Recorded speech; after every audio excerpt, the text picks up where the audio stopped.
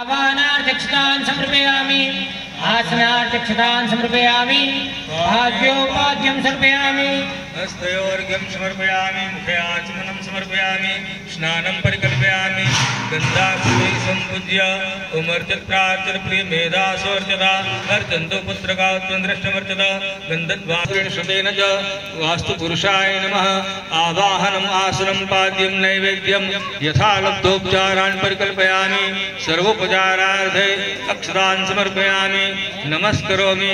वास्तुपुरुष नमस्तेस्तु भूषय्या विरतप्रभो मदगृहे धनधान्यादि यान्तु देवगणा सर्वे पूजामादाय इष्टकामसिद्ध्यर्थं शुभे शुभे पुनरागमनाय च।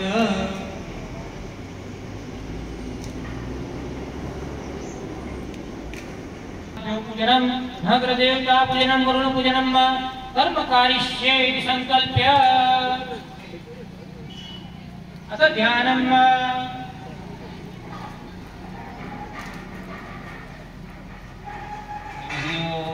चिन्तासन्तानहन्तारो यत्पादाम्बुजरेण वा श्रियाणां तान्यजाचार्य प्रणमामि मुहुर्मुहुः यदनु